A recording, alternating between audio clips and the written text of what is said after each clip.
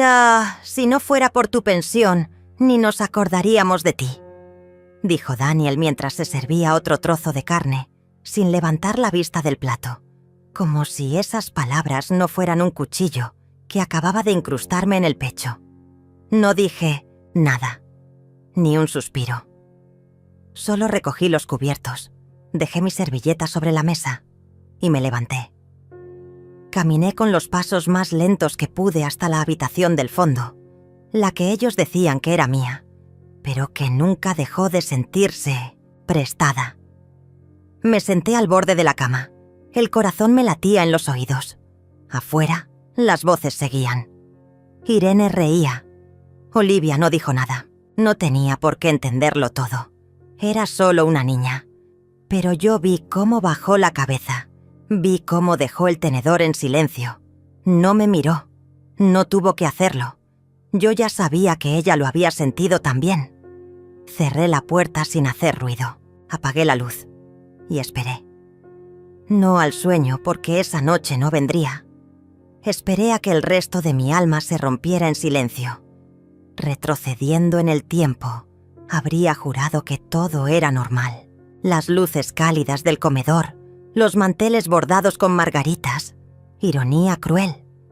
Las copas con vino barato que Irene decía que me haría bien para la circulación. Las conversaciones sobre la escuela de Olivia, los proyectos de Daniel, en el trabajo, los planes de vacaciones que nunca incluían mi nombre. Todo parecía una rutina, una familia. Pero ahora, al recordar cada gesto, todo estaba manchado. Yo debía haberlo notado el día que Irene cambió las cortinas del salón sin decirme nada. Eran unas que bordé a mano cuando me casé con su padre. Las encontré en una bolsa negra junto al basurero. No dije nada. Me tragué el nudo en la garganta y lo justifiqué. Seguro estaban viejas, pero no era eso. Era una limpieza. Una sustitución. Me habían llevado a vivir con ellos diciendo que me cuidarían, que ya no tenía sentido vivir sola en esa casa grande, la casa que construí con Miguel, mi difunto esposo. Daniel insistió. Lloró incluso. Me dijo que se sentía culpable de no estar más presente, que ahora Olivia podría disfrutar de su abuela. Yo, como tonta, creí que era amor, que era preocupación. Los primeros meses fueron suaves. Me hicieron sentir bienvenida. Olivia me dejaba notas en la puerta. «Te quiero, abuela». Irene me servía té con miel en las noches. Daniel me llamaba «mi viejita hermosa». Pero todo fue cambiando como cambia el agua que uno olvida en un vaso. Primero se enfría, luego se enturbia, hasta que se vuelve intomable. Empezaron las preguntas sobre mi pensión, disfrazadas de interés. «¿Y cuánto te depositan exactamente, mamá? ¿No quieres que te ayudemos con las cuentas? Podemos administrar todo, así tú te despreocupas». Yo, ingenua, les di acceso. Confié. Es lo que hacen las madres, ¿no? Hasta que un día fui al banco a sacar algo para comprarle un regalo a Olivia por su cumpleaños, y la cuenta estaba vacía. Me dijeron que había una transferencia automática hacia otra cuenta. ¿Otra cuenta? No entendía. Llamé a Daniel desde la sucursal. Me dijo que no me preocupara, que él la había configurado para evitar estafas, que todo estaba bajo control. Volví a casa sin el regalo. Le envolví una bufanda vieja, perfumada. Olivia me abrazó con los ojos cerrados. No dijo nada. Pero esa noche la escuché llorar en su habitación. Los documentos de mi casa también desaparecieron. El título de propiedad que siempre guardé en mi cajón ya no estaba. Irene dijo que quizás lo había perdido, que a su padre le pasaba lo mismo. Me sentí torpe, vieja, tonta. Empecé a dudar de mí misma. Un domingo Daniel me dijo que sería mejor poner todo a su nombre, por si pasaba algo, que así evitaríamos trámites complicados. Me miraba con esa sonrisa de hijo que ya no es hijo, sino administrador. Firmé. No sé bien qué. Apenas veía. Las manos me temblaban. Después vino la frase, el cuchillo, la sentencia. Si no fuera por tu pensión, ni nos acordaríamos de ti. Esa noche, a las 2 de la madrugada, escuché pasos en el pasillo. Daniel. Su sombra se detuvo frente a mi puerta. Golpeó suavemente. ¿Mamá? No respondí. Ya no estaba. Mi cuerpo aún respiraba, pero algo dentro de mí se había marchado. Él empujó la puerta. Se asomó. El cuarto estaba a oscuras. Solo el leve vaivén de la cortina, la cama tendida. Yo sentada en el suelo, en el rincón, con el celular en la mano. Había empezado a grabar todo. Cada conversación, cada palabra. Ese fue mi primer paso. Empecé a guardar copias de todo en una carpeta azul, con etiquetas. Fui a la biblioteca del barrio, donde aún me recordaban. Imprimí extractos, descargué correos, grabé llamadas. Me hice amiga de la señora, de recepción del banco. Me explicó cómo bloquear transferencias automáticas. Recuperé el acceso. Cambié contraseñas. Silenciosa, invisible. Olivia lo notó. Un día me dijo al oído: vi cómo Irene rompió una carta tuya. Le acaricié el cabello. Le pedí que no se preocupara.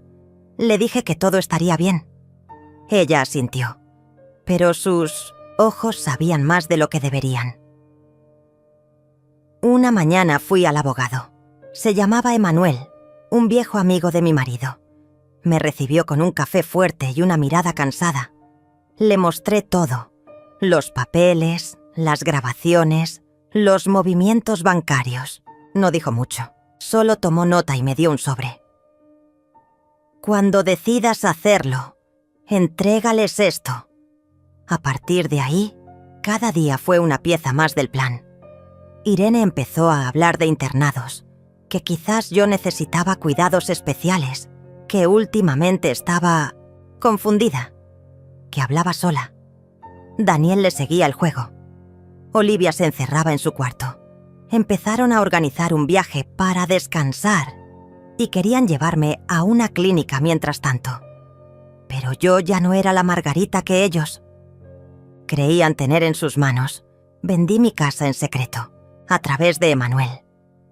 La casa donde viví toda mi vida. Me dolió, pero era mi única salida. Con ese dinero, alquilé un pequeño apartamento en otro barrio, puse todo a nombre de un tercero y transferí mi pensión a una cuenta nueva. Preparé una maleta, solo lo esencial. Dejé la cama tendida, el cuarto impecable. La noche en que planearon llevarme a la supuesta clínica, me levanté a las 4. Olivia estaba despierta. Me esperaba en la sala. Me abrazó sin decir palabra. ¿Te vas, abuela? Sí, mi amor. ¿Te puedo escribir? Siempre. Le dejé un papel con mi nueva dirección, pero le pedí que no lo diera a nadie. Me prometió que lo guardaría como un tesoro. Salí sin hacer ruido. El taxi me esperaba una cuadra más abajo. No miré atrás. Amaneció sin mí. El silencio del nuevo apartamento fue lo primero que me abrazó. Era un lugar modesto, en un tercer piso sin ascensor, con ventanas grandes que daban a una plaza donde los niños jugaban por las tardes. Las paredes olían a pintura fresca y no había recuerdos colgados. Me senté en el suelo, abrí la maleta y coloqué con cuidado las pocas cosas que había traído. Una foto de Miguel joven, mi juego de té, 3 libros, una bufanda tejida por Olivia y la carpeta azul. No lloré. Solo me quedé quieta, como si mi cuerpo aún no creyera que finalmente me había apartado. Mi mente repasaba cada paso, cada frase de Daniel, cada sonrisa envenenada de Irene, cada vez que me miraron como si yo fuera una carga. Pero ahora ellos no sabían dónde estaba. No podían tocarme. Pasaron 3 días antes de que sonara el celular. Era Daniel. No atendí. Después, Irene. Luego mensajes. Al principio eran suaves. «Mamá, ¿estás bien? Volvé, por favor. Estamos preocupados. No entiendo qué hiciste. ¿Dónde estás?» No respondí. Quería que sintieran el peso del vacío. Quería que supieran cómo se siente desaparecer sin previo aviso. Tal como hicieron conmigo, pero de otra forma. Emocionalmente. Yo estaba ahí, en su casa, pero ya no me veían. Era una sombra que les traía dinero, una figura decorativa. Ahora solo quedaba la sombra del silencio que yo dejé detrás. El día 5, recibí una llamada de Emanuel. «Ya reaccionaron», dijo con su voz firme, sin necesidad de detalles. Yo asentí, aunque él no podía verme. Aquel mismo día, Daniel fue al banco. Quiso retirar dinero. Nada. Luego quiso acceder a mi cuenta. Bloqueada. Irene intentó comunicarse con la oficina de pensiones. Había cambiado de sucursal. Había contraseña nueva. Había filtros que ni ellos ni su arrogancia podían traspasar. No tardaron en publicar una foto antigua conmigo en redes sociales. Una imagen nuestra en la playa, de hace años, con un texto dramático. «Nuestra madre ha desaparecido. Por favor, si alguien la ha visto, contáctenos. Estamos destrozados». Miles de reacciones, comentarios de amigos suyos, gente que no sabía nada y les creía. «¡Qué horror! Espero que esté bien». Ella siempre parecía tan dulce. Fuerza, familia. Yo leía todo desde mi celular, con el corazón inmóvil. No comenté. No me defendí. No tenía que hacerlo. Guardé capturas. Grabé una pequeña nota de voz para Emanuel. Ya empezó la función. En paralelo, empecé a escribir. Cada día, una página. No para publicarla, sino para no olvidarme de los detalles. Las palabras que usaron, las formas en que se burlaron, cómo me trataron como una anciana inútil. Pero también para recordar a Olivia, su mirada triste, sus abrazos mudos, su lealtad silenciosa. Ella había visto todo, incluso sin entenderlo por completo. Una noche, mientras tomaba té junto a la ventana, recibí un mensaje de un número desconocido. Era una foto, la bufanda que le regalé, colgada en su silla. Debajo, una nota escrita, con su letra. «No me olvido de vos, Olivia». Mis ojos se humedecieron. No era tristeza, era gratitud. Ella era mi testigo, mi pequeña aliada, aunque no supiera cuánto. A la semana siguiente, Daniel me dejó un mensaje de voz. Su tono era distinto. No era el hijo lloroso de antes. Era el hombre furioso que ya no podía controlar la situación. «No, entiendo qué hiciste, mamá. Esto es absurdo. Estás enferma. Irene y yo estamos haciendo todo por ayudarte. Esto va a tener consecuencias legales. No podés hacer esto así». Apagué el celular. No necesitaba escuchar más. Volví a ver a Emanuel. Me ayudó a revisar los documentos de la venta de la casa y redactó un nuevo testamento. Esta vez dejé todo claro. Mis últimas voluntades, los movimientos legales, las pruebas archivadas. Si algo me pasaba, él sabría qué hacer. Decidí dejar una carta para Olivia, escrita a mano, con cuidado. Le expliqué que no la había abandonado, que todo lo que hacía era para protegerme, para no convertirme en una sombra dentro de su casa. Le hablé de su dulzura, de su ternura, de cómo ella fue el único rastro de amor verdadero que me quedaba allí. Le pedí que no permitiera nunca que nadie la silenciara, que no dejara que la trataran como a mí. Guardé la carta en un sobre con su nombre y la entregué a Emanuel, con la indicación de que la recibiera en su cumpleaños número 15. Mientras tanto, Daniel e Irene intensificaban su campaña. Empezaron a aparecer en programas locales de radio. Madre anciana desaparecida. Se victimizaban. Decían que yo sufría demencia, que tenía episodios de confusión, que estaban desesperados. Llegaron incluso a presentar una denuncia por desaparición involuntaria. Pero yo ya había previsto todo. Había avisado a la policía local sobre mi cambio de residencia. Presenté documentos que demostraban mi lucidez. Grabé un video explicando la verdad, con pruebas anexas. Emanuel se encargó de entregarlo a las autoridades en caso de que lo necesitaran. No podían tocarme. Cada movimiento suyo ya estaba anticipado. Hasta que un día tocaron a mi puerta. Era Irene sola, pálida, sin maquillaje, con las manos temblorosas. «Margarita», susurró. «Por favor, ¿podemos hablar?» La miré en silencio desde el umbral. No la invité a pasar. «Solo quiero entender», dijo. «Daniel está destrozado. Olivia no habla con nosotros. Todo se está derrumbando». Le ofrecí una silla en el pasillo del edificio. Nos sentamos, frente a frente. «¿Querés entender?», le dije. Yo también quise entender por qué me trataron como un mueble, como un cheque con patas, como una carga. Pero ya no me importa entender. Me importa no volver. «Cometimos errores», intentó justificar. «No, tomaron decisiones. Y las decisiones tienen consecuencias». Se le llenaron los ojos de lágrimas. Pero no me conmoví, porque ya había llorado por años. «¿Y Olivia?», pregunté. «No nos habla, se encierra, llora. Pregunta por vos». Asentí. «Algún día entenderá». Yo le dejé mi verdad. Irene me miró por largo rato. Luego se levantó. No pidió perdón. No lo esperaba. Solo dijo: «No pensé que podrías hacer algo así». Yo tampoco. Hasta que me hicieron invisible.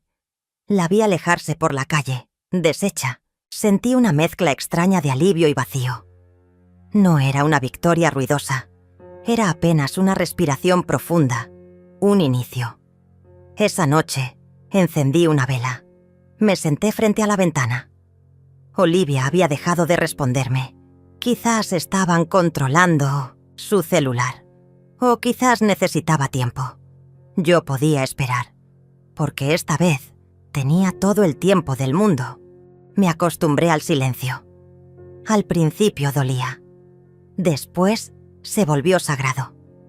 Despertar sin oír pasos apurados, sin frases como «¿Ya pagaste esto?», sin la televisión encendida a todo volumen con programas que no me interesaban.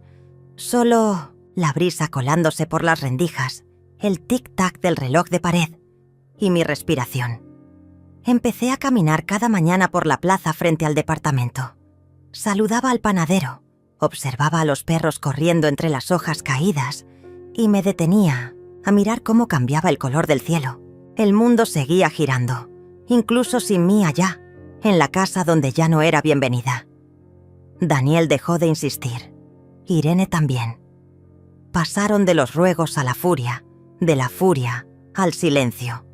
Sabía que no era resignación, sino estrategia. El silencio de los lobos que esperan que la presa baje la guardia. Fue entonces cuando aparecieron las cartas, una cada semana, todas firmadas por Olivia. La primera era torpe, escrita con letra insegura, como si temiera ser descubierta. Abuela. «No sé bien. ¿Qué pasó? Mamá dice que estás enferma. Papá no quiere hablar. Pero yo no creo todo lo que dicen. Te extraño. Ojalá pudiera verte. Nadie me hace el desayuno como vos». Le respondí con una carta anónima, sin dirección remitente. Solo puse «para» o en el sobre. Le conté que estaba bien, que no estaba enferma, que a veces la verdad no grita, se susurra, que confiara en su corazón. Las siguientes cartas llegaron con más confianza. Me hablaba de la escuela, de cómo Irene la llevaba a clases con los auriculares puestos, sin hablarle. de cómo Daniel ya no se sentaba a cenar con ella, de cómo la casa estaba vacía, aunque estuvieran todos. Yo le respondía siempre, y nuestras cartas se convirtieron en un hilo secreto. Nadie más lo sabía. Era nuestro pacto, un canal invisible entre dos almas que se reconocían. Emmanuel me ayudaba a recoger y enviar las cartas. Nunca preguntó por el contenido. Solo me miraba con esos ojos tranquilos que había conocido desde que Miguel vivía. Había sido su amigo de toda la vida, y después de su muerte, se volvió mi ancla en tierra firme. Una tarde me trajo una caja. Lo encontré entre las cosas viejas de Miguel. Dijo, «Creo que ahora te puede servir». Dentro había un cuaderno de tapa de cuero, fotos en blanco y negro, cartas antiguas y un pequeño llavero con forma de golondrina, el mismo que Miguel me regaló cuando nos mudamos a la casa que ahora ya no era mía. Lloré en silencio. No por nostalgia, sino por dignidad, porque aún tenía pedazos de mi historia que no me habían podido quitar. Empecé a escribir en ese cuaderno. No solo lo que vivía, sino lo que recordaba. La primera vez que Daniel me dijo, «Te amo». La primera vez que Irene me sirvió café y me llamó mamá. La primera vez que Olivia me abrazó sin motivo. Y también la primera vez que noté el cambio. La rutina se quebró mucho antes de que yo lo notara. Las miradas evasivas, los cuchicheos, las decisiones tomadas sin mi participación. Daniel firmando, papeles sin consultarme. Irene revisando mis medicamentos. Las visitas al banco que no hacía falta que me acompañaras. Todo estaba en los detalles. El día que vendí la casa, lo hice en silencio, como quien apaga una vela en medio de la tormenta. No por venganza, sino por justicia, porque no podía seguir durmiendo donde ya no se me respetaba. Los mensajes de Olivia se volvieron más urgentes. Mamá lloró anoche. Me gritó cuando le pregunté por vos. Dijo que te fuiste para siempre. Pero no les creo. Yo siento que estás cerca. Soñé contigo. Estábamos tomando té y vos reías. ¿Te extraño tanto? Quise buscarla, ir a verla, abrazarla. Pero sabía que eso pondría todo en riesgo. Si me veían, si descubrían mi paradero, podrían comenzar un nuevo ataque legal. Irene era astuta. Sabía manipular los relatos. ¿Y Daniel? Daniel tenía contactos, conocidos, poder. Yo era solo una anciana con papeles en regla. Así que me volví invisible, pero presente.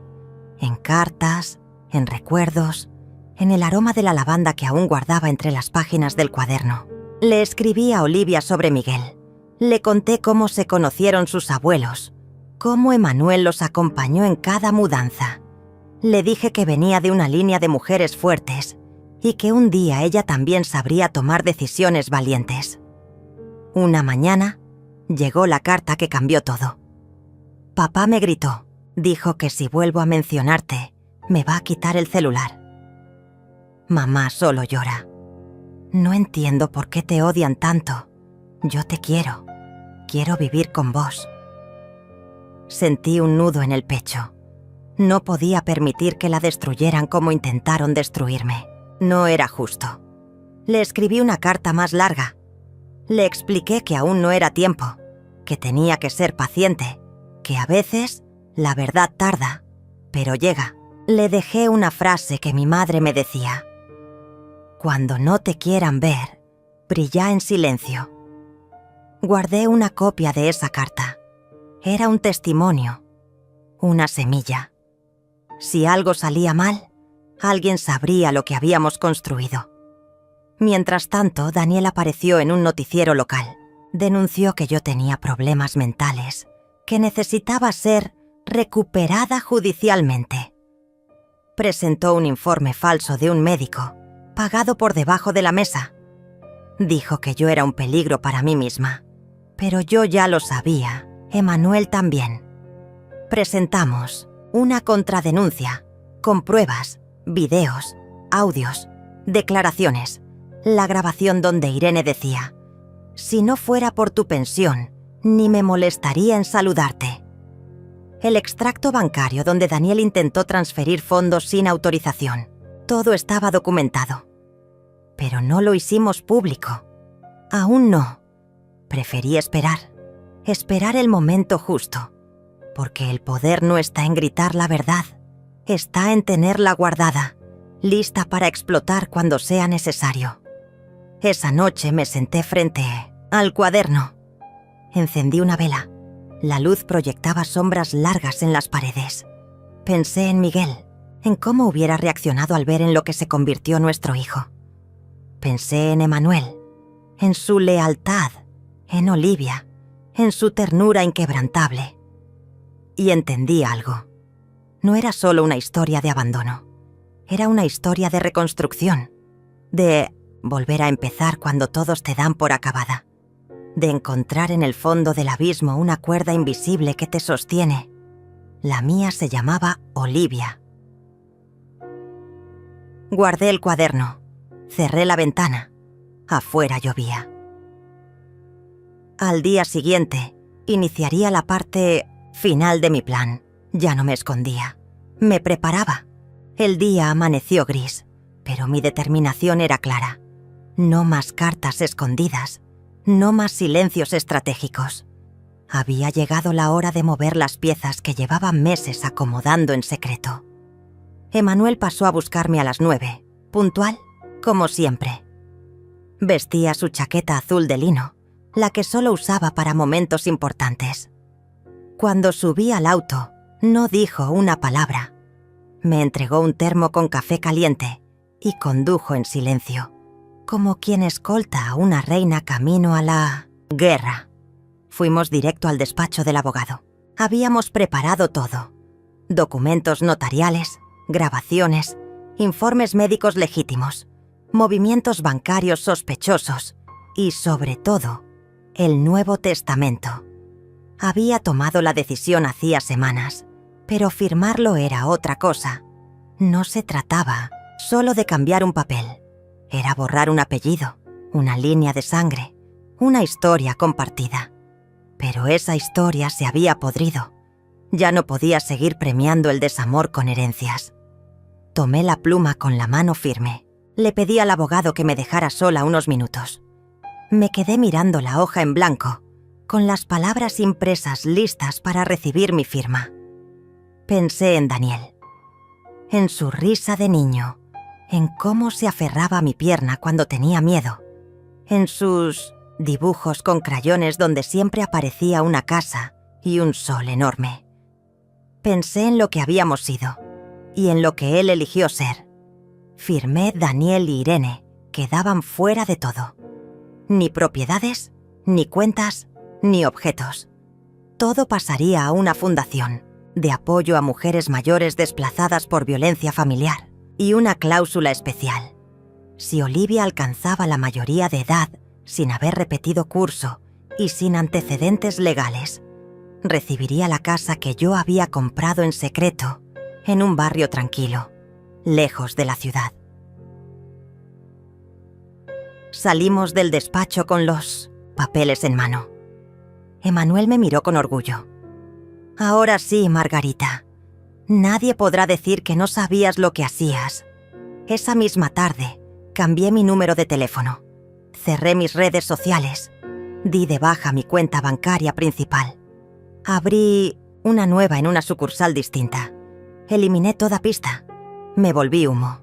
Solo Emanuel y el abogado sabían dónde estaba, y Olivia, a través de cartas codificadas, comenzó a recibir pequeñas señales. Le envié un sobre con hojas secas de lavanda y una nota. Donde huele a paz, estoy yo. Semanas después, llegó otra carta suya. Papá y mamá están raros. Hablan en voz baja. Creo que descubrieron algo. Pero no saben dónde estás. Me preguntan si sé algo. Yo finjo. Me hago la tonta. Pero guardo tus cartas en una caja bajo mi cama. El cerco se cerraba Irene había publicado un video en redes llorando, diciendo que yo la había abandonado, que necesitaban ayuda para encontrarme. Era una actuación digna de premio. Pero los comentarios no eran lo que esperaba. Muchas mujeres mayores escribieron cosas como «No la abandonaste, te escapaste» o «Yo también me fui cuando mi familia solo me quería por mi pensión». La narrativa se les desmoronaba. Entonces, Daniel cometió un error. Fue a la televisión local. Dio una entrevista, mostrándose preocupado. Dijo que yo estaba confundida, que me manipulaban, que temían por mi bienestar. Mostró fotos mías antiguas. Y cuando le preguntaron por qué no tenía denuncias formales, se contradijo. Esa entrevista fue mi señal. Emanuel me ayudó a editar un video. No fue dramático. No lloré. No grité. Solo hablé. Frente a la cámara, sentada en mi cocina, con una taza de té y el cuaderno de Miguel a mi lado, conté mi historia, cronológicamente, sin adornos, con fechas, con pruebas. Mencioné los documentos, las grabaciones, las cartas de Olivia. Mostré fragmentos, audios, capturas, pero lo más fuerte fue el final. Saqué del cuaderno una carta escrita por Miguel antes de morir. Nunca la había leído en voz alta. Si alguna vez Daniel olvida quién sos, recuérdale que fuiste la que se levantó 1000 veces por él. Y si no lo recuerda, entonces déjalo ir. Porque ningún hijo vale más que tu dignidad. Cerré el cuaderno. Miré a la cámara y dije, no me fui, me liberé y no volveré. Publicamos el video desde una cuenta nueva, vinculada a la fundación que había creado.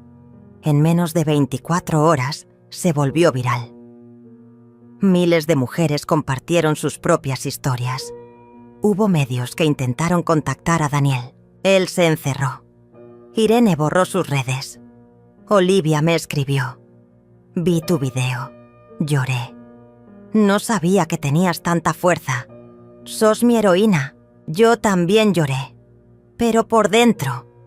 Porque sabía que por fin había roto el ciclo. Una mañana recibí una última carta de Olivia. Mamá quiere que vea a una psicóloga. Dice que estoy obsesionada con vos. Papá ya no me habla. Yo solo quiero estar donde se pueda respirar. Decidí escribirle una carta más. La última. Le dije que un día, cuando todo esto pase, podríamos sentarnos en el jardín de mi nueva casa. Que prepararía galletas como antes. Que le guardaría el cuaderno. Que si ella quería, lo seguiríamos escribiendo juntas. Le adjunté una copia de la escritura de la propiedad. No era oficial, claro, pero tenía su nombre escrito al final, para que supiera que el futuro no estaba perdido. Guardé la carta en el sobre. Fui a caminar al parque. El viento soplaba fuerte, pero yo estaba firme, porque ahora, por fin, sabía quién era. Y eso ni Daniel, ni Irene, ni nadie podía quitármelo. Volverme invisible fue fácil. Mucho más fácil de lo que había imaginado. Lo verdaderamente difícil fue resistir la tentación de mirar atrás. Hubo noches en las que mis manos temblaban por el impulso de llamar a Olivia, de enviarle una nota, más, de comprobar si Daniel seguía intentando usar mi nombre para obtener acceso a mis cuentas. Pero me obligaba a respirar, a recordar por qué había tomado cada una de esas decisiones. El silencio era mi única protección. Emanuel venía a verme cada 2 o 3 días. A veces no hablábamos de nada. Otras me traía noticias. En una de esas visitas me entregó un sobre manila. Lo dejó sobre la mesa sin decir una palabra, como si pesara más que lo que parecía. ¿Qué es esto?, pregunté, aunque ya lo intuía. Las copias de los documentos que Daniel presentó en la oficina de asistencia social. Dijo que te estaba cuidando, que vivías con él, que necesitabas seguir recibiendo tu pensión. Falsificó tu firma. Sentí que el suelo se inclinaba ligeramente. No era sorpresa, era confirmación. Daniel había ido más lejos de lo que imaginé. Ya no era solo desamor, era fraude, era delito. Tomé los documentos con cuidado. Reconocí la firma, o más bien, la imitación, de mi letra. Hasta había incluido una copia falsa de mi cédula. La foto era vieja, el fondo blanco mal recortado, un montaje barato. ¿Y qué vas a hacer?, me preguntó Emmanuel con esa mirada que mezcla compasión y respeto. Lo mismo que he hecho hasta ahora, prepararme. Guardé todo en una carpeta de cartón. Le puse una etiqueta, verano, como si fuera un álbum de vacaciones. Y seguí esperando. La siguiente pieza del rompecabezas llegó en forma de mensaje anónimo. Olivia había encontrado una forma segura de comunicarse. A través de la bibliotecaria de su escuela, una mujer mayor que había sido amiga mía en el pasado, me envió una carta manuscrita. Papá está más agresivo. Mamá ya no sonríe. Discutieron fuerte anoche. Mencionaron tu video. Dijeron que arruinaste todo. Yo solo quería abrazarte. El papel olía a tinta fresca. Me lo llevé al pecho. Cerré los ojos. Pensé en ella, en su voz, en su cabello despeinado por las mañanas cuando venía a mi cuarto a buscar galletas. Ese mismo día tomé otra decisión. Debía dejar de esconderme. No del todo, pero sí mostrar que no tenía miedo. Volví a escribir. Abrí una cuenta anónima en una plataforma de publicaciones largas. Bajo el seudónimo de M, comencé a contar mi historia con más detalle, fragmento por fragmento. Cada post terminaba con una frase. Si estás pasando por lo mismo, no estás sola. La respuesta fue inmediata. Cientos de mujeres comentaban, compartían, me enviaban mensajes privados. Muchas de ellas me contaban cosas peores, más trágicas, más crueles. Y sin embargo todas coincidíamos en una cosa.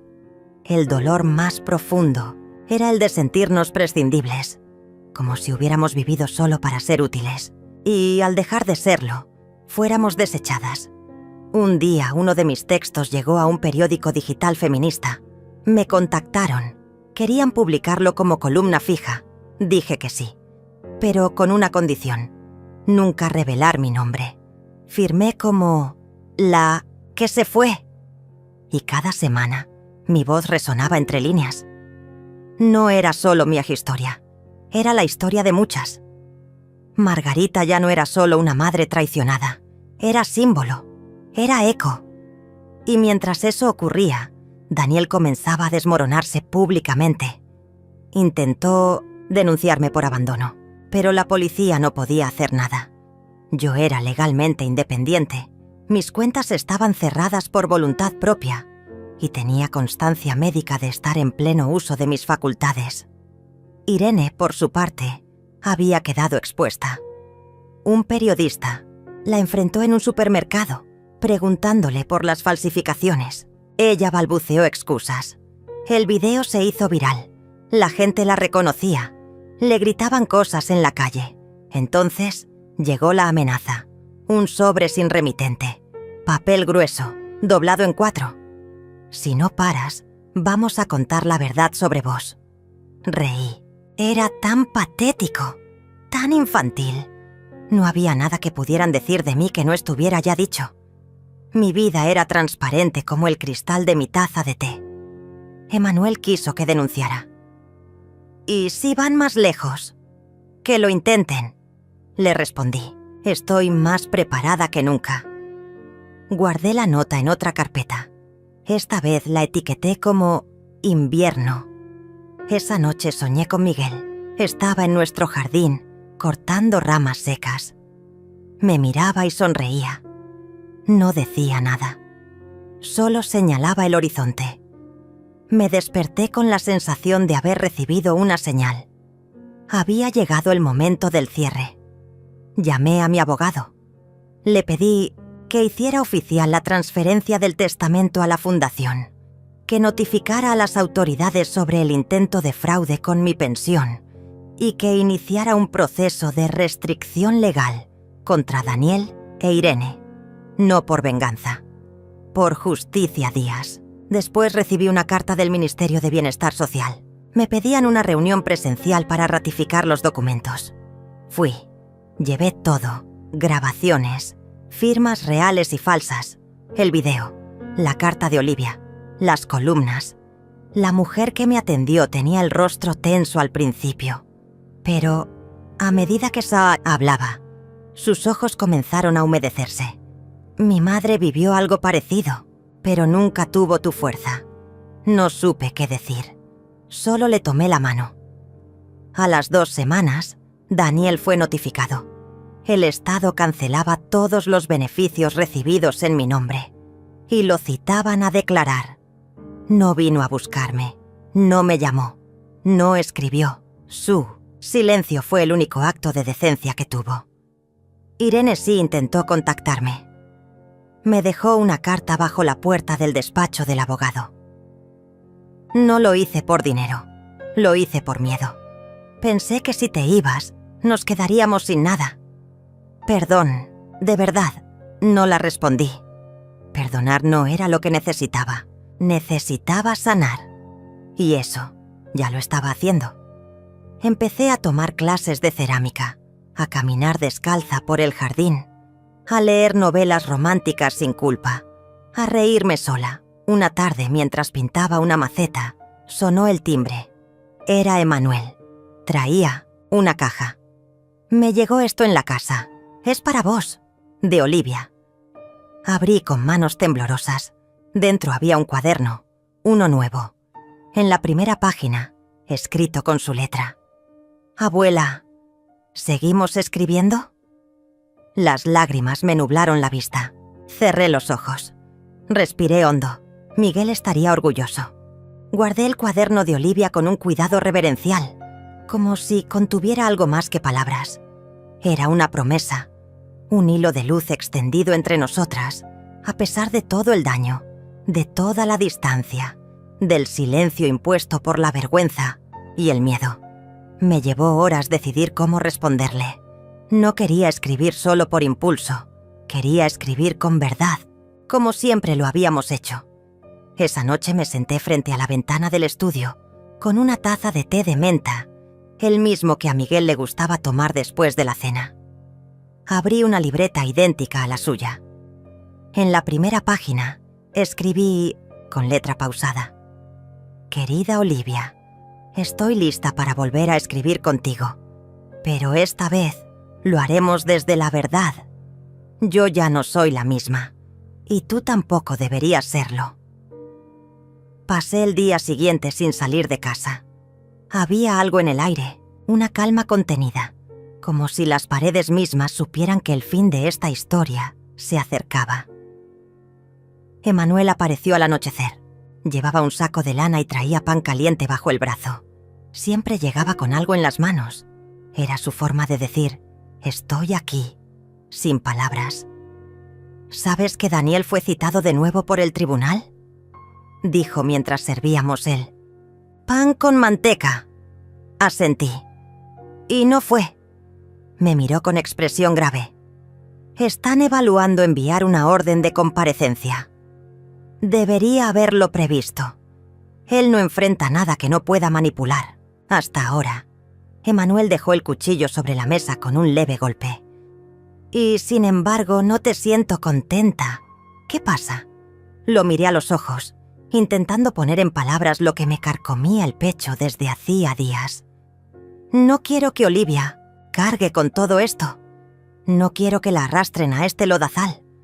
Aún tiene tiempo de crecer sin el resentimiento que me consume a mí. Emanuel asintió despacio. Luego me tomó la mano. Entonces tendrás que enseñarle cómo se sale de él. Los días siguientes transcurrieron con lentitud, como si el mundo se moviera más despacio para darme margen de respirar. Mientras tanto, el escándalo comenzaba a florecer en el mundo digital.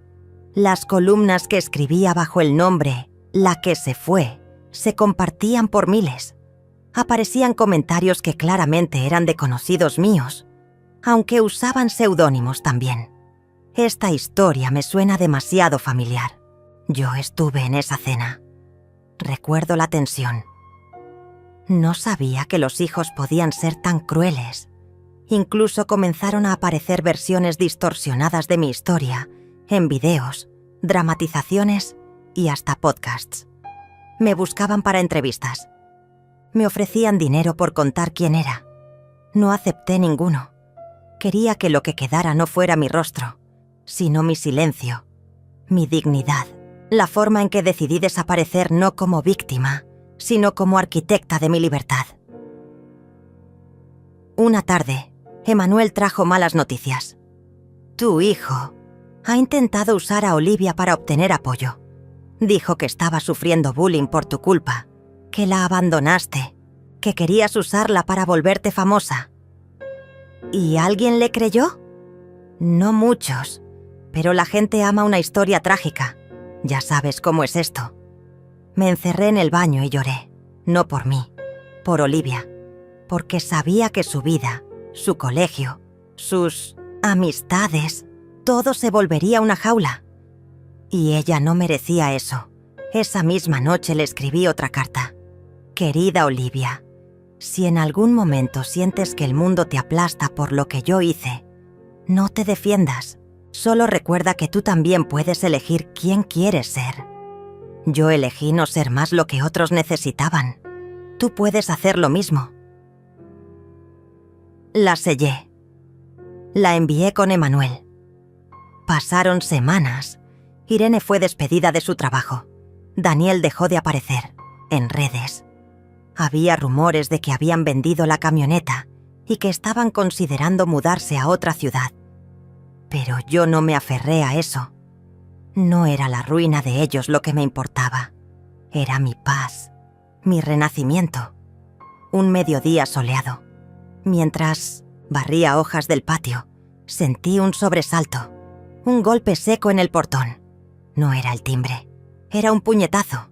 Me asomé con cuidado. Era Daniel. Estaba más flaco, la barba desprolija, los ojos hundidos. Mamá, por favor, solo escúchame. No abrí. Sé que todo esto se salió de control, pero vos también tuviste la culpa. Vos te fuiste.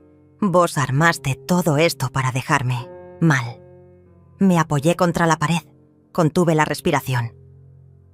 Solo quiero que me devuelvas algo, lo que sea. No me dejes sin nada. Es tu culpa que ahora nadie me crea. Quise responder. Quise gritarle que nunca le había quitado nada, que se había quitado todo él solo. Pero no lo hice. Esperé en silencio. Después de un rato se fue. Dejó una hoja arrugada bajo la puerta. Era una fotocopia del acta de nacimiento de Olivia, con una nota escrita a mano. Ella también es tu sangre. No te olvides. Eso sí me hizo temblar. Subí al cuarto. Abrí el cajón donde guardaba las cartas de Olivia. Las leí una por una. En ninguna había odio. En ninguna me reclamaba nada. Solo amor. Preguntas. Deseo de cercanía. Volví a escribir. Olivia, a veces los adultos usamos tu nombre como arma. Perdón. Por eso, nadie debería hacerlo. Tú eres más que nuestra historia. Tú eres tu propia historia. El tiempo pasó. Daniel fue citado por el juzgado de nuevo. Esta vez compareció. Aceptó firmar un acuerdo donde renunciaba a cualquier reclamo legal sobre mí o mis bienes. Fue la última vez que supe de él. Irene se fue con Olivia a casa de una tía en otra provincia. Dicen que empezó a trabajar en una biblioteca. Me gusta imaginarla entre libros, tal vez encontrando respuestas. Olivia me envió una última carta antes de irse. Abuela, cuando crezca, quiero ser como vos.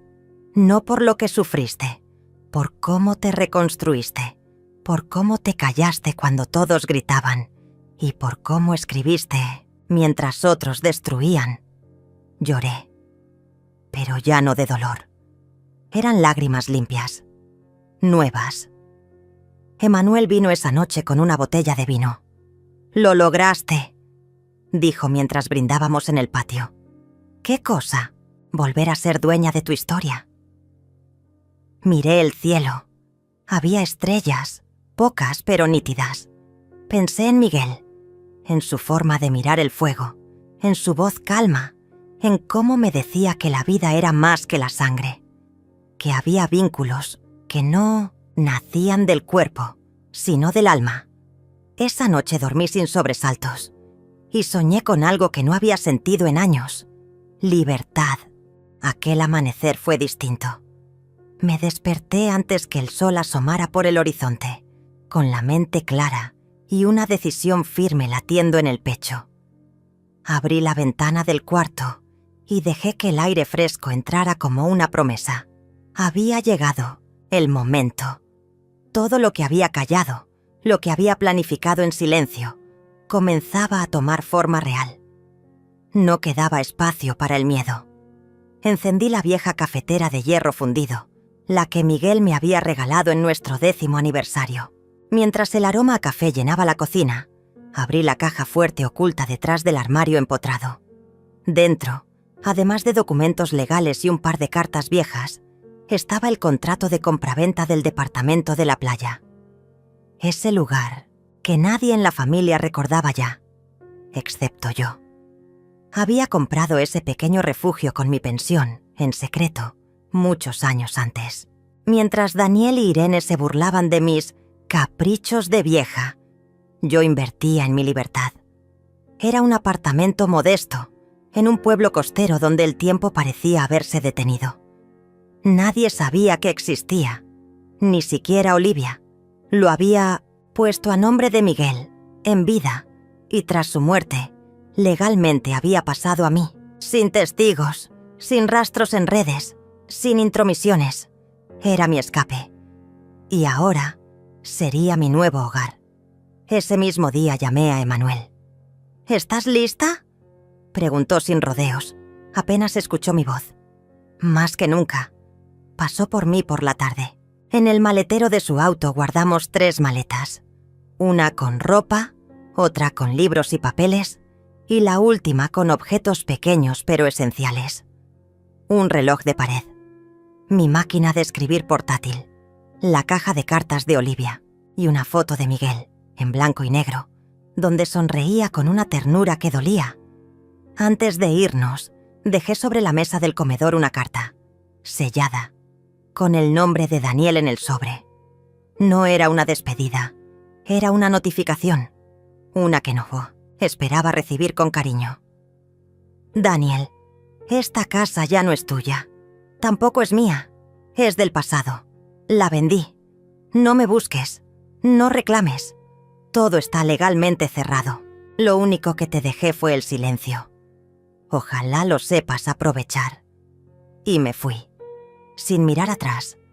El camino hacia el pueblo fue largo. El atardecer teñía de rojo los campos y Emmanuel conducía sin apuro. No hablábamos mucho. No hacía falta. El silencio entre nosotros se había convertido en una forma de entendimiento. Al llegar al edificio del apartamento supe que había elegido bien. El lugar olía a sal, a madera vieja, a galletas horneadas en casas ajenas. Me recibió una vecina, anciana, que no preguntó nada. Solo me ofreció una bolsa de pan recién hecho y me deseó buenas noches. Emmanuel subió conmigo hasta el 3er piso. Me ayudó a poner las maletas dentro, revisó que las cerraduras funcionaran bien y antes de irse, me abrazó. «No dejes que nadie vuelva a escribir tu historia sin tu permiso», me dijo al oído. Y se fue. Esa noche dormí con la ventana abierta, escuchando el mar. Pasaron 2 semanas. Durante ese tiempo me dediqué a limpiar, a ordenar, a redescubrir. Volví a escribir. No sobre el dolor, sino sobre el silencio, sobre las mujeres que desaparecen para poder existir. No tenía conexión a internet, ni teléfono, solo un pequeño radio portátil, y eso era suficiente. Una mañana, mientras tomaba té de jazmín en el balcón, Vi que un sobre había sido deslizado por debajo de la puerta. Era una carta, sin remitente. La reconocí antes de abrirla. Era de Olivia. Abuela. Mamá no sabe qué.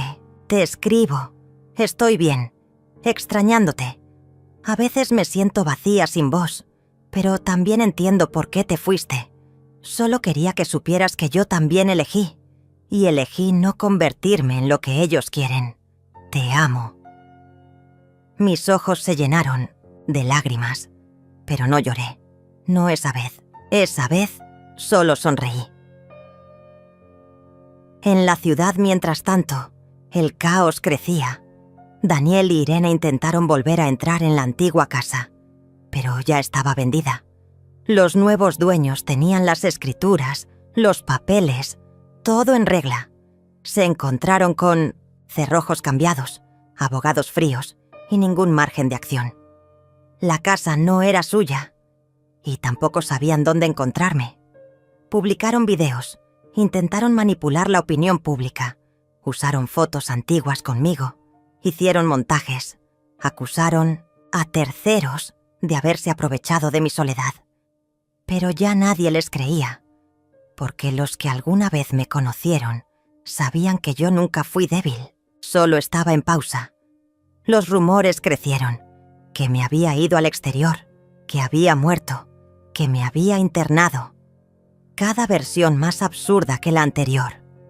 Yo, mientras tanto, regaba las plantas de mi balcón con agua de lluvia. Una tarde, Emanuel volvió a visitarme. Traía una bolsa con naranjas y una noticia. Daniel recibió una notificación oficial. Ya no puede utilizar tu imagen, tu nombre, ni tu historia para ningún fin público. Se presentó un recurso legal por apropiación indebida de identidad emocional.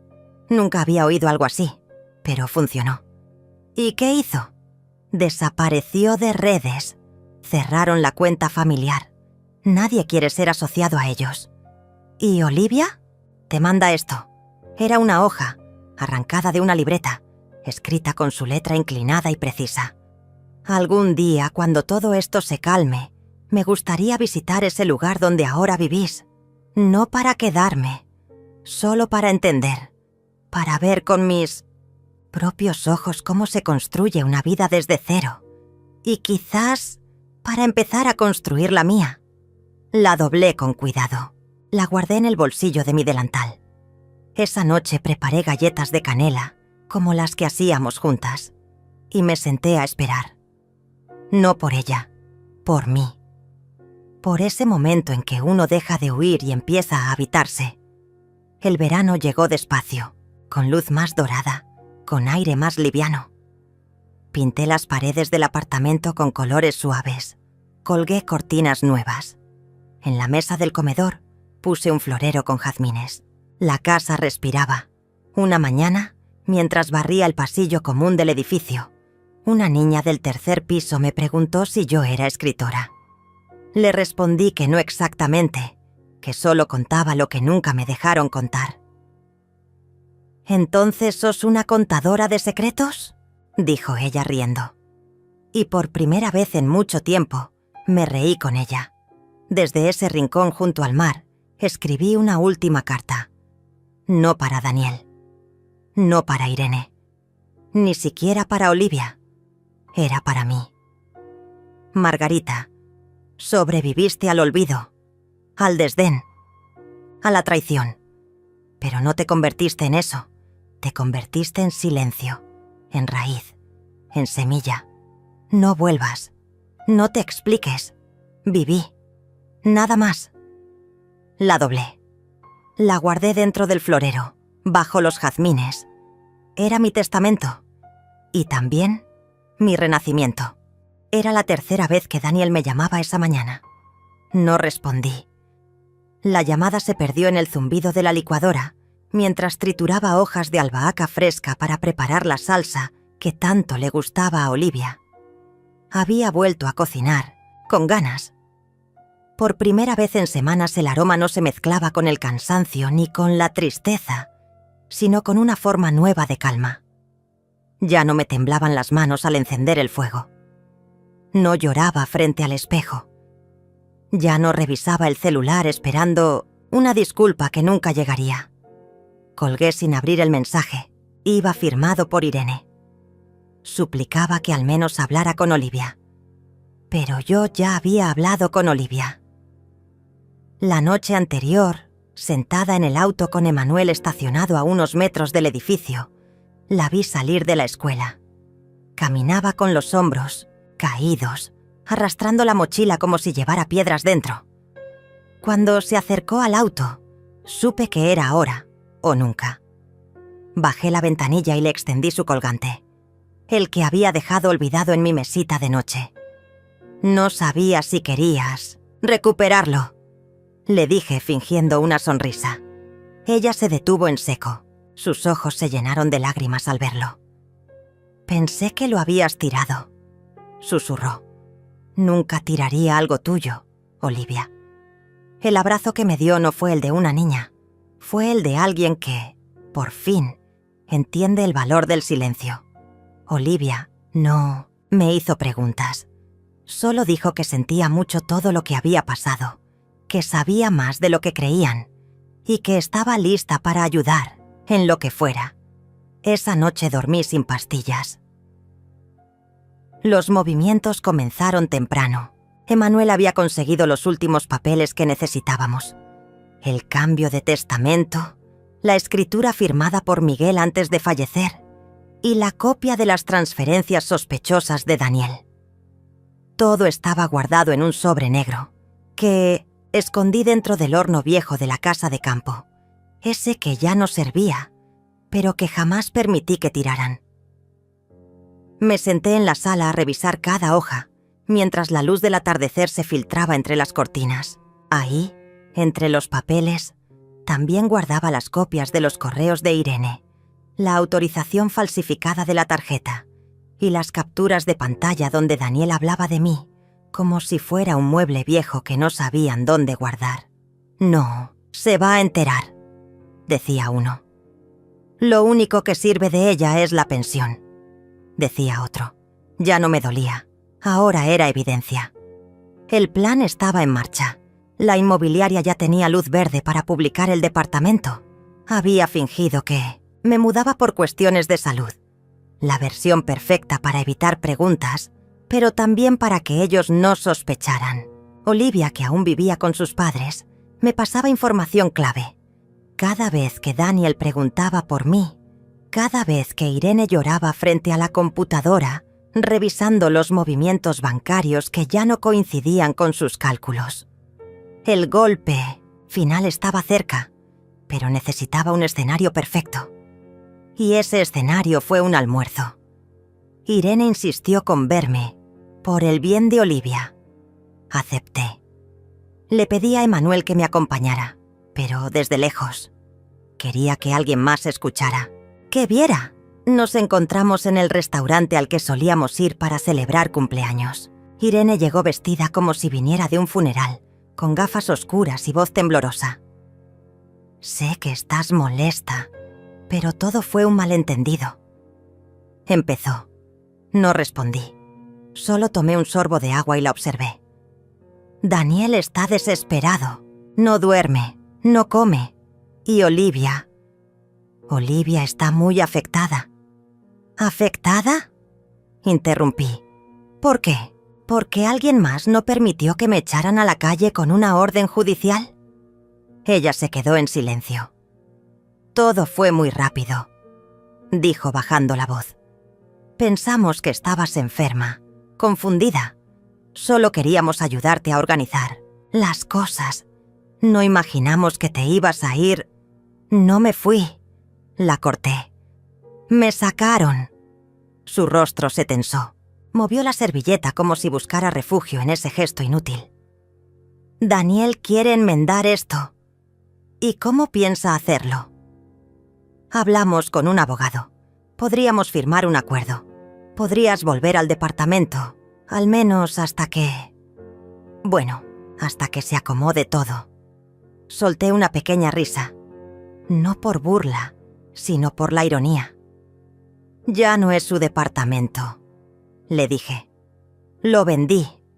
Irene parpadeó varias veces. Pensó que había escuchado mal. ¿Qué? Vendí el departamento. Hace 2 semanas. La escritura ya fue firmada. Me mudé. Y no solo eso.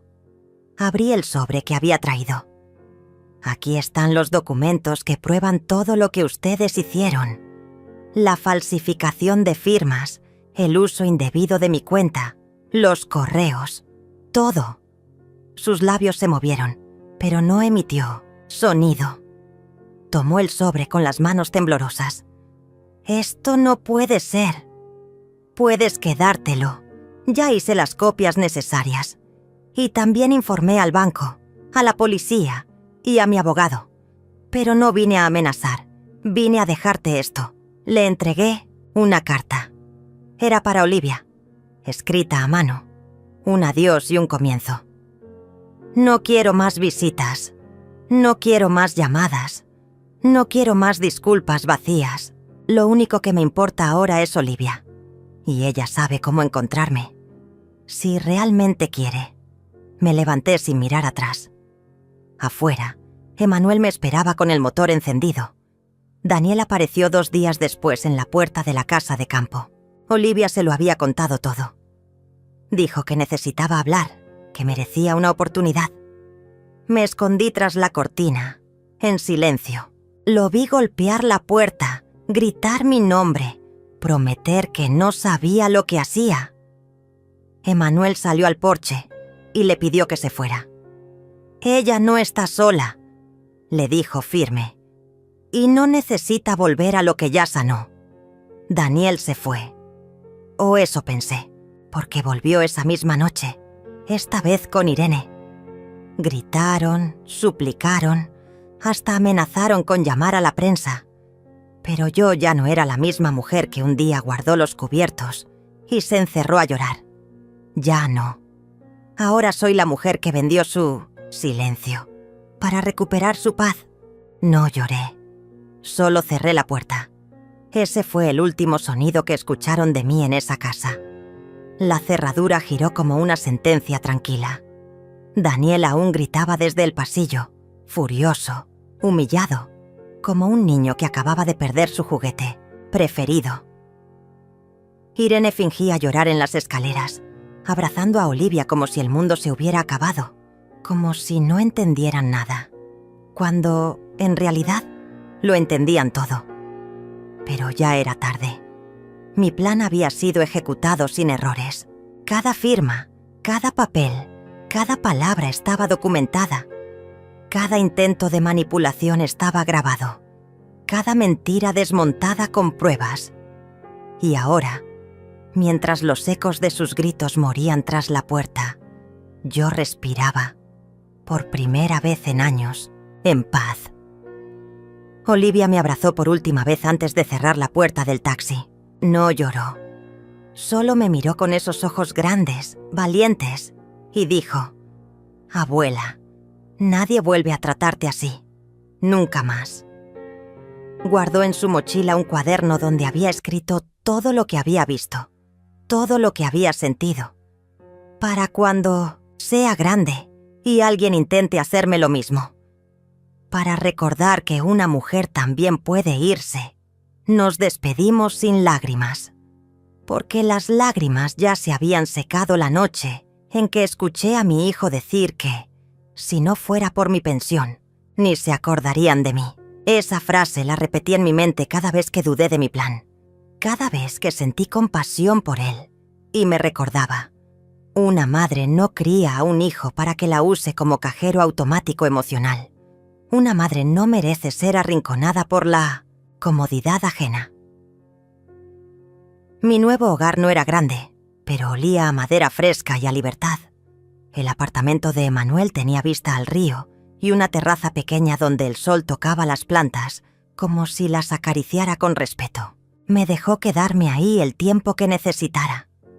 Dijo que Miguel estaría orgulloso. Yo no supe qué responder. Solo me senté frente a la ventana, con una taza de té, y dejé que el silencio curara lo que las palabras no podían.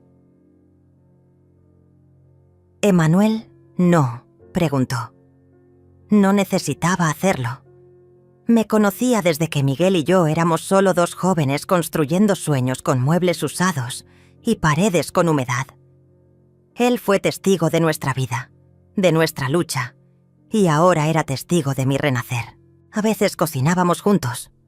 A veces, simplemente, compartíamos el silencio. Un silencio lleno de respeto, de historia, de presencia real. Mientras tanto, en la antigua casa, la guerra interna comenzó.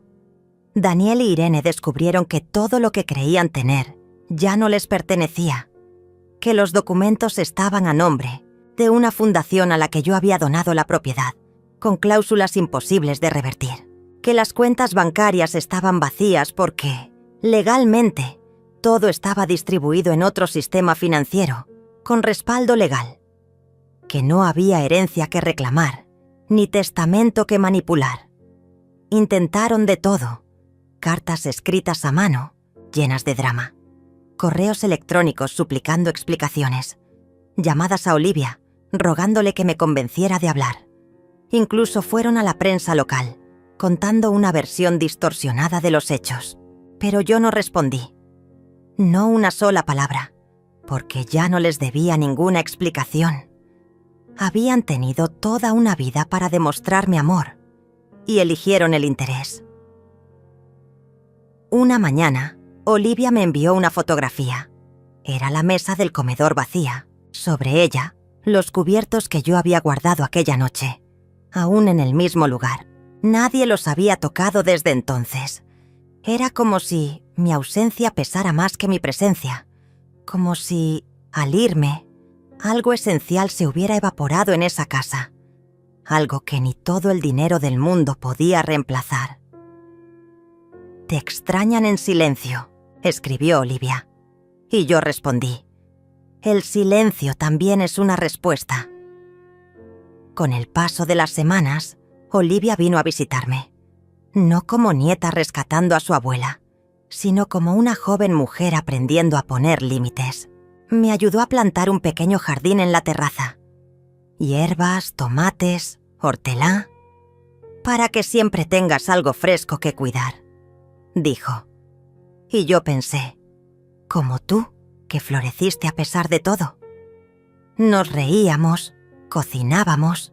Le contaba historias de Miguel, de cómo bailábamos en la cocina cuando nadie nos veía, de cómo, incluso en la pobreza, él encontraba maneras de hacerme sentir rica, y ella escuchaba con los ojos brillando, como si guardara cada palabra en un lugar secreto de su corazón. Una tarde, Emmanuel trajo una caja que había encontrado en el altillo de su casa. Era una caja de madera que Miguel había guardado con cosas nuestras. Cartas, fotos, una receta escrita con su caligrafía torpe. La abrimos en silencio. Entre las cosas había un pequeño reloj de bolsillo que ya no funcionaba, pero que aún marcaba las 2:03, la hora exacta en que, aquella noche, Daniel golpeó mi puerta y encontró el cuarto vacío. Tomé el reloj y lo dejé sobre la repisa de la ventana, como un símbolo, porque en esa hora, exacta y eterna, yo había dejado de ser la mujer invisible de esa casa y me había convertido en la autora de mi propia historia. Con el tiempo, dejé de contar los días. No esperaba una disculpa, no necesitaba una reconciliación. Mi victoria no estaba en verlos sufrir, sino en no necesitar que sufrieran para yo sentirme libre. A veces, los fantasmas del pasado golpeaban mi memoria. Un aroma, una canción, una palabra dicha en la calle. Pero ya no dolían como antes. Eran como ecos lejanos de una vida que no me pertenecía más. Daniel e Irene siguieron con sus vidas, o eso me dijeron. Nunca más intentaron contactarme directamente.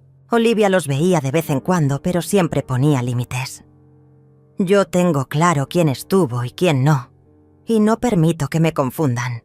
Una noche, mientras tomábamos té, Olivia me preguntó si me arrepentía de algo. Pensé durante varios segundos. Luego respondí: solo de no haberme ido antes. Pero supongo que incluso las raíces más fuertes necesitan tiempo para entender que ya no están en su tierra. Ella sonrió. Y brindamos con las tazas, como dos sobrevivientes que entendieron que la vida no se trata de ser fuerte, sino de saber cuándo soltar. La casa donde vivía con Miguel fue demolida por la fundación. En su lugar, construyeron un centro de acogida para mujeres mayores sin familia. En la entrada hay una placa que dice: «Aquí nadie será invisible, y aunque no lleva mi nombre, lleva mi historia». A veces paso por allí, sin entrar, solo para ver a las mujeres riendo en el jardín. A veces una me saluda. No saben quién soy, pero yo sé quién fui, y eso basta. Mi historia no terminó con un grito, ni con una venganza. Terminó con un té caliente, una planta de hortelã creciendo en una maceta, y un reloj detenido en la hora exacta en que decidí que mi dignidad no era negociable. Nunca más volvieron a pronunciar mi nombre en vano. Yo nunca más volví.